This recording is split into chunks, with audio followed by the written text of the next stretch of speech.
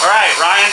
So we are here in the very hot boiler room, and why don't you just tell me who you are, what you do around here, and what a boiler does, and what we have to be concerned with a boiler. Okay. Well, my name is Ryan Baker. I'm our maintenance and facilities director here at Sun King. So I handle all of our equipment. In this case, our boiler and chiller, which we'll be talking about. This is our largest boiler here. We have 3 different boilers that produce steam to heat our vessels, barrels, things like that. We have one that does hot water. So it is a hot water boiler, and that was all our cleaning process, things like that. Basically, this unit right here heats our HLT, our hot liquor tank, and our kettle for boiling. And there's 2 different kinds of systems. There's a gas-fired system and a steam system. This one's a steam system. And like I said, this is our largest boiler, and it produces steam to heat everything with it. So it uses makeup water that we treat with chemicals to keep the boiler clean and all that. That's the biggest thing with boilers is use of bad water, hard water, things like that. So anytime you have a steam boiler, you really got to treat the water and take care of the water that's in it. What's the difference between a steam boiler and what's the other type? Hot water boiler. So a hot water boiler just doesn't use steam. It just heats water. Oh, it just heats water. Heats water right below that steam point. Yeah. In order to use the water. Correct. Like in your house. Right. Right. But this is a steam boiler. Yes. Producing steam. Producing steam, which then the steam is circulated through heat exits throughout the brewery. Yeah. So this stuff is a big guy.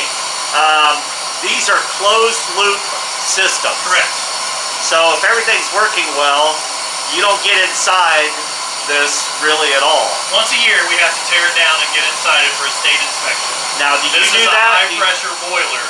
There's low pressure and high pressure. This is a high-pressure boiler. So every year, we have to tear it down. A state inspector has to come look through it. Yeah, so this is like the type of boiler that blew up not too long ago at Carmel High School. Yes. And put some folks in the hospital, maybe even killed somebody, I'm not sure. Yep. Blew a hole through the roof and everything. Yep. What happened there? I don't know. I didn't follow all that story as it unfolded, so I'm not 100% sure how that one happened. But bottom line, it was scary. Bottom line, these things are dangerous. It's very dangerous, yeah. So how do you keep them from not being dangerous? So we get, like I said, we get certified every year. This one has a lot of safeties on it. If you can pan over here, this one right here is your main safety. Any pressure buildup, that will blow off and release all the pressure outside. So not in this room where someone can get hurt. So there's a lot of safety. But you have to make sure those safeties and those pressure relief valves are working. Get tested or replaced. I particularly just like to replace them because then I always know they're good. So every year when we do this tear down for the state, I replace them just for peace of mind. Yeah, and do you do that yourself, that tear down and replacement? I do a lot of it combined with a mechanical contractor, yeah. Just because usually my job's pulling me in several different areas, so. Yeah, so you have the expertise to do this type of thing. Correct. But I think most small breweries that have a boiler, they usually don't. They usually have to hire someone to take care of all of their maintenance of their boiler. Is that correct? Yes, yes. And there's several really great mechanical contractors that know boilers. There's a little trickiness to brewing system with a steam boiler, rather than just like a process hot water boiler, but there's some good contractors out there. Yeah. So contract with them. So if you're contracting with someone, anytime you got an issue with it or for your annual inspections, things like that, you got a professional that's going to come in and take care of this, what could be dangerous device. Yes. But as just an operator, what are some of the things that you need to take care of? Typically what I have either myself will do or our brewers do is you want to blow it down every day, and that essentially means there's a relief valve on the bottom and you blow it down for 30 seconds. What that does is that heat pressurizes the tank and blows out any sediment that builds up on the bottom. So we do that every day. Every day? Every day. Because when you're boiling water, what's left is the sediment. You can't boil out the sediment. So it all falls to the bottom. So every day we flush it completely out. So it's just that constant daily maintenance. Again, our water is that common with the boiler? Yeah. Everybody should do that every day with their boiler. It's just a good practice. I don't think I've ever heard anybody tell me that. Really? Yeah. Yeah. Every manual will tell you a blowdown. Different boilers like different periods of blowdown. This one's 30 to 45 seconds. We do it every day. If it doesn't get a lot of use, you could probably go weekly and be okay. But you got to get that sediment out of there. Yeah. So along with that sediment in the blowdown, along with the sediment that you're blowing off, getting out of there, there's obviously some water that's heading out too. So then you got to make up that water. Correct. So then you just add water. So typically a boiler would have its own water source. This is all programmed to kick on itself. It works on a float system. I see. There's 3 float pins over there on the other side, and it'll kick on one of these pumps. And this is all condensate. So what happens is you go in with steam, it'll go through the heat X, come out as water at the bottom. Okay. So then that heated water is pumped back to here and just recirculates. Keeps going.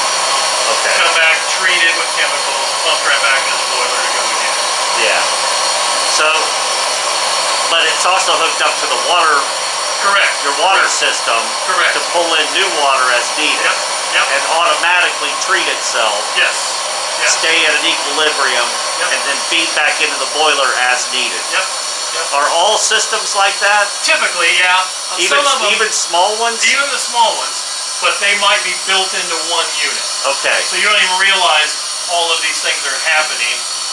It might be built into one unit. You're talking about these pumps? Yeah, so these are our makeup feed pumps. Feed pumps. Your pump has to be strong enough to overcome the pressure that's in the boiler. Okay. So you can't just throw any old pump on here. And yes, this is the makeup water, so all the condensate returns back to this tank to get chemically treated and then pumped back in as the boiler needs it. Yeah. And then, so in addition to a daily, in your case, blowdown, what else do you need to be concerned about as an operator? Are there any valves you need to check? Not in this particular system. A lot of people do turn valves off at night and things like that. It makes them feel better, which is fine. There's nothing wrong. You can't be overly cautious with a system that is potentially a bomb. But not in our case, no. We come out and do daily checks as they kind of fire up and get going through the days to make sure it's on, it's pressurized. This particular system has a lot of safeties built into the programming. So it does a lot of things for me. I don't know if we're going to go over and look at the other one, we can. But it's a pretty mechanical system. It does not have a lot of safeties in it. So we have to be a little more cautious with that. Yeah. Let's go look at that one. Yeah. All right, I'll just follow you. We'll just keep rolling. Okay. Anything else in here we should know about? Not really. Again, it's the same as any system, just a little bit more spread out. So. Yeah, it's a big one. Yeah.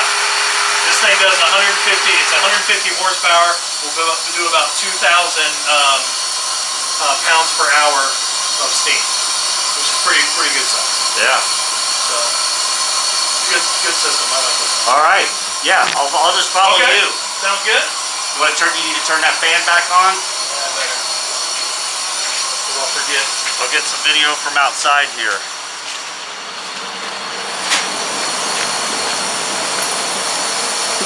We're basically in a little room built onto the building that's just for the boiler.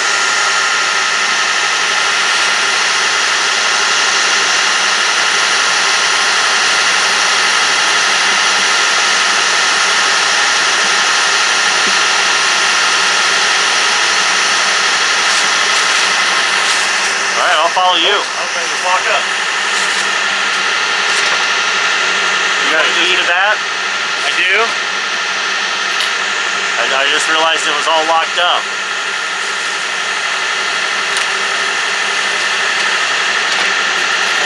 pause and walk through?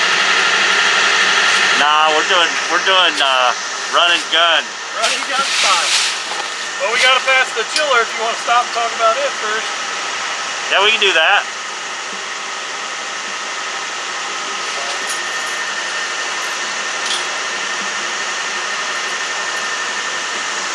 Beautiful fall day here in Indiana.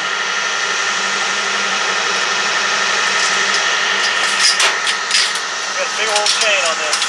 We've been having a lot of people break in back here. Well, you got a lot of attractive looking stuff back there these days.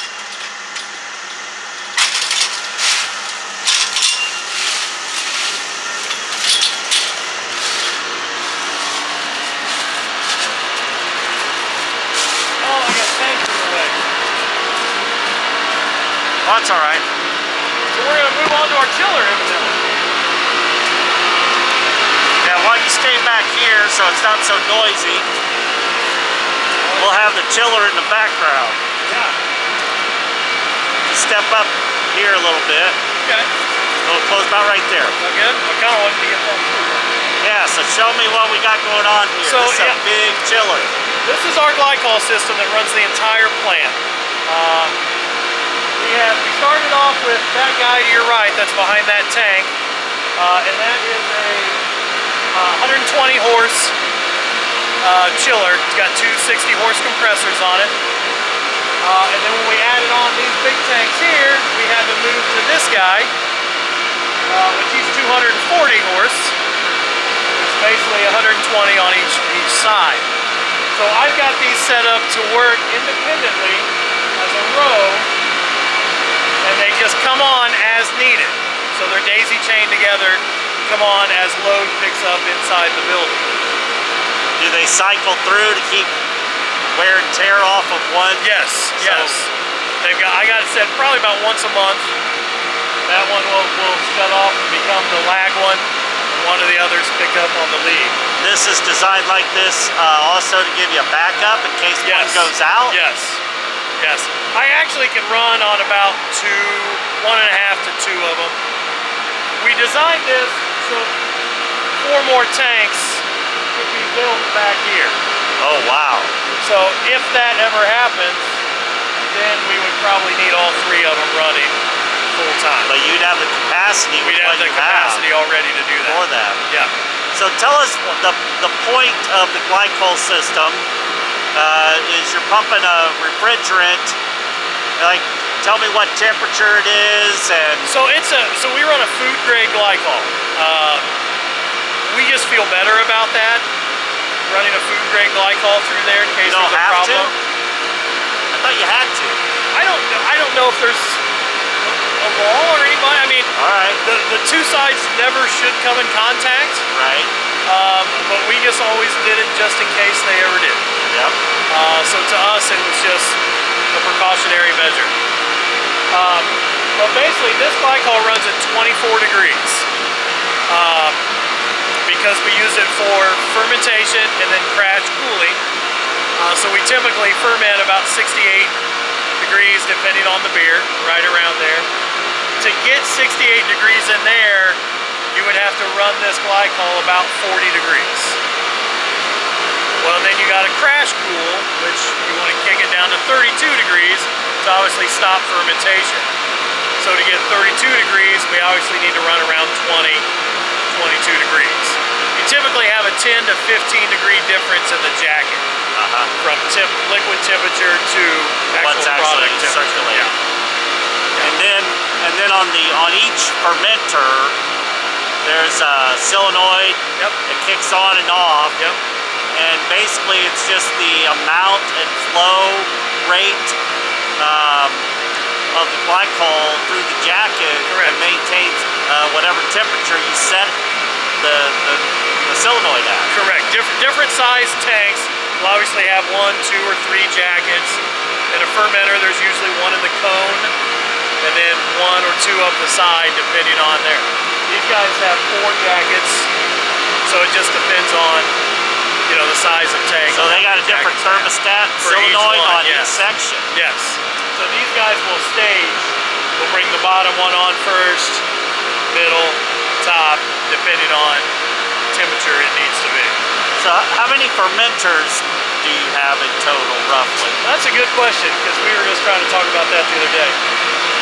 We've moved some, we've sold some, we've shuffled things around, but there's probably about 45 still in the building. So 45, and some of those have 2 jackets. Some have 2. They all have at least 2. Some have 3, depending on the take manufacturer. So you got, let's say, 100 different jackets. Yeah. That are individually trying to maintain a temperature. Correct. At any given time. Correct. And they're cycling through this glycol at different rates to maintain that temperature. Correct. That's pretty amazing. On and off. These fermenters here that are on next to the brew house, they're our oldest ones, and they're basically just on a regular old little thermostat, on-off control. You set a temperature, they go. These are all computer controlled. We have a really nice control system on these that they'll email me and all kinds of stuff. I can pull reports of what all the temperatures did and all kinds of things. Wow. So these are fairly sophisticated, which I like. Yeah. So once you get a glycol system like this, obviously you got the big tank, the big black tank sort of right there over your shoulder. Yep. That's the reservoir. That's the reservoir, yeah. Of liquid. Basically a hot side and a cold side to that, basically. So return from the building, dumps into one side, circulates, then comes and dumps into the other side. Yeah, and then the system here pulls from the reservoir. Correct. And recirculate. How many gallons total? We run, those 2 tanks hold about 5,000 gallons. Wow. And then we run anywhere from 13 to 1,500 gallons in the building. At any given time. Yep. So total we're 7,000 gallons floating around in here. Yeah. With glycol water mix. And similar to the boiler, these are closed loop systems. You shouldn't have to top it off, I guess, with glycol. It doesn't expand or contract. You have to, what evaporates in a glycol system is the water. So you cut it with water, because you can't put 100% glycol in there, so you cut it with water. So you do have to monitor it. I check it once a month. I mean, basically just like your car radiator. Correct. Right? Yeah, so you do have to monitor it. These sit outside, so I get a little more evaporation than if it would if it sat in a controlled room like that. So you do have to top them off, I guess. So how do you monitor as the again, is there a company that would normally take care of these for a small brewer, or is this something the brewer takes care of? Well, this is pretty much a refrigeration system. So there's a lot of good mechanical contractors that work on a refrigeration system. Yeah. Again, that's one thing that I do, so I work on this system as well. But as far as monitoring your glycol, you can simply get a refractometer and just come out, or a Brix meter or something like that. Come out and just test your glycol levels in your water. So there's a port that allows you to do a sample? Yeah, most of, like in a smaller brewery, you can really just dip in and get a cup out and just okay. Tip it on there. So, right. So they're not pressurized. No, You can just open the lid. Correct. Okay. Correct. Yeah, these are just open top tanks for the most part. So just check it with a refractometer or something and go by whatever the specs are that on there. Yeah, typically we'll run about 30 to 40% glycol to water mix. Yeah. And that usually protects you down to about -5, -10. Obviously, if your glycol system sits inside, you don't necessarily need to protect that low if you don't want to. But out here, when we get -5, -20, you don't know what it's going to be like. So you got to protect down to those colder temperatures. So basically, we have a refrigeration system, mechanical system that is probably going to be maintained by an HVAC type contractor. The user, though, just needs to make sure it's running, that it's not overworking, that it's not freezing up in the winter time. Right. I know that happened to a local brewer here that had to freeze up in the winter time. And that the levels of glycol are at the right place, temperatures are where they need them to be.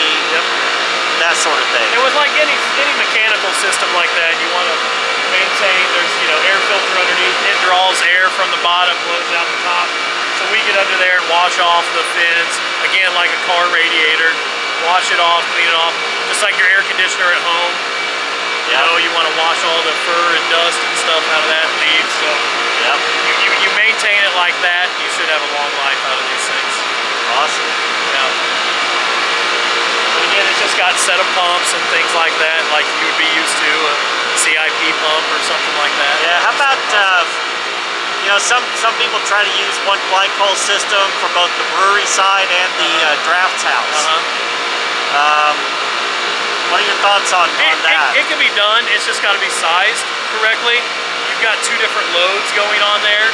So if you size it for one, it's usually overpowered for the other. So it's just got to be sized and ported correctly. Yeah, and most people don't have backups either. Yeah, right. So that's the other thing that we've just never wanted to do that because of the backup scenario. If it died, I didn't want to kill the other thing. Right.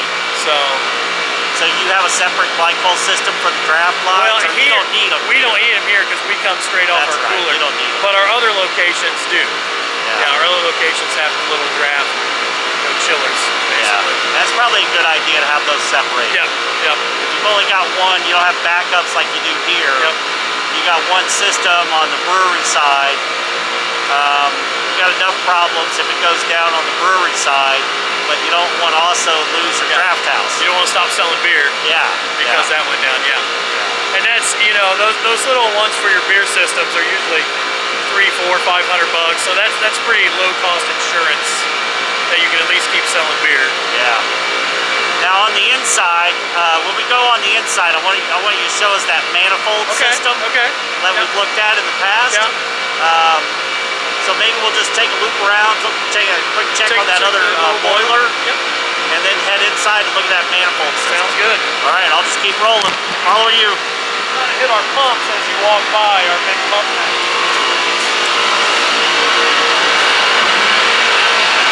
Where's the big pumps?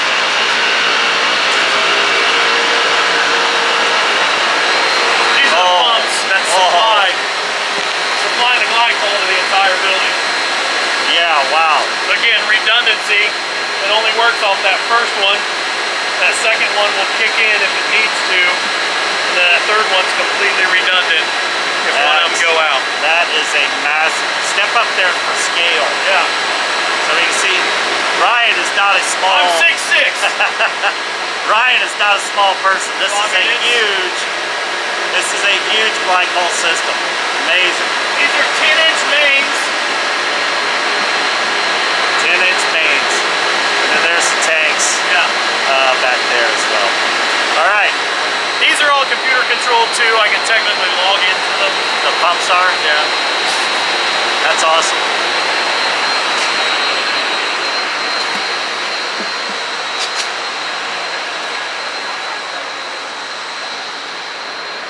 Everybody's collating. Well, you got a lot of activity going on back here. Do we want to go through this thing? Sure. We'll cut through and come out the other side.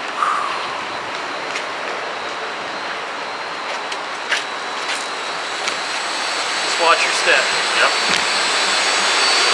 Underneath slide the tanks. Underneath the big boys.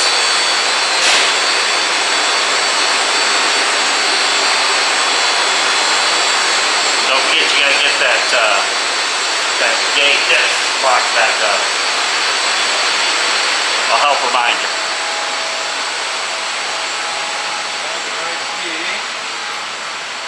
You probably want to put your mask back on inside here. Oh, we're going back outside. We're going right there to the doors here.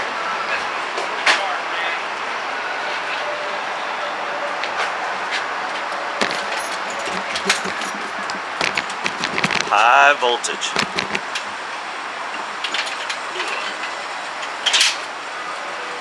I see. So this is a smaller. This is a smaller electric boiler. Smaller electric boiler. Got it. It's gonna. That's okay. And so this one is strictly for what's this one for? Yeah. our kegging line. Oh, okay. It strictly runs our kegging line. We use steam to sanitize the kegs as they go through the kegging line. That's its sole purpose. That's its sole purpose. That's all it does is produce steam for the kegging line. So, and this is what I was talking about. There are no high fancy computer controls on this. Strictly mechanical safety here. Little pressure blow off. But that's it. So we do a little more visual checking to this guy. So what do you have to do on this one? Make sure there's no water leaks, things like that. Again, this guy gets blowdowns. Daily? These are blowdown valves. They get daily blowdown too, just because typically the kegging line is running all day long. Yep. So it's real quick. You know, again, 30 seconds. Just blows all the sediment that builds up in this tank. And then the makeup water and everything, it's all built into the same unit? It's built into this system, yeah. This system actually doesn't have a tank like that one does. This one makes up water as it's coming in. So we preheat the water on the other side of this wall, and then it injects chemicals in it as it comes in. Oh, wow. Yeah. So it just does it all on the fly. Still a smart system. Now, this one typically is not a closed loop system because the condensate just goes down the drain. We don't return the condensate because it's steam sanding, so the steam will be inside the keg. So it's actually touching product. Oh, yeah. So that creates a whole different set of issues. Yeah. So we dump all the condensate down the drain. Okay. So this gets fresh, clean water all the time. The chemical that gets added to it doesn't travel with steam. The chemical actually stays in this tank. So that's why we're able to still inject chemicals to protect the boiler, but it doesn't travel with the steam. It doesn't transfer. And get into the tank. It doesn't turn into a gas. Correct, correct. But if we returned that steam or that condensate, then we'd have to treat that with chemicals that would travel with the steam. If that all makes sense at all. Yes. So, all right. Yeah. Great.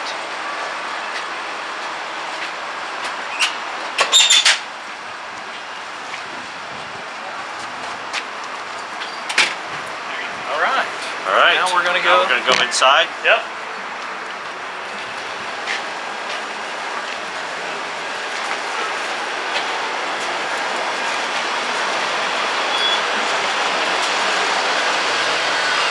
We will sneak over here past our hot water boiler just so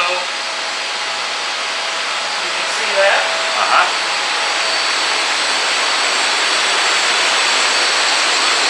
Here is that computer controlled temperature control for these guys.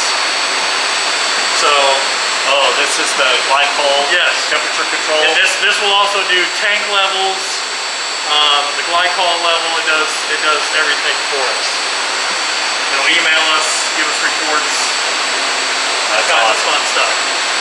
Very cool. So,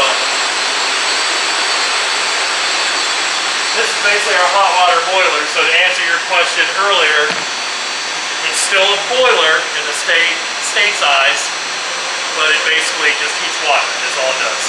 Gotcha. So we run it to about 180, 190 degrees. And that's what we use to clean floors with and clean tanks and things like that. So this is your third boiler? Yes, yes. You said you had 3? Yeah. All right. All right. And then we have boilers at other locations as well. So. Yeah, we'll cut around here.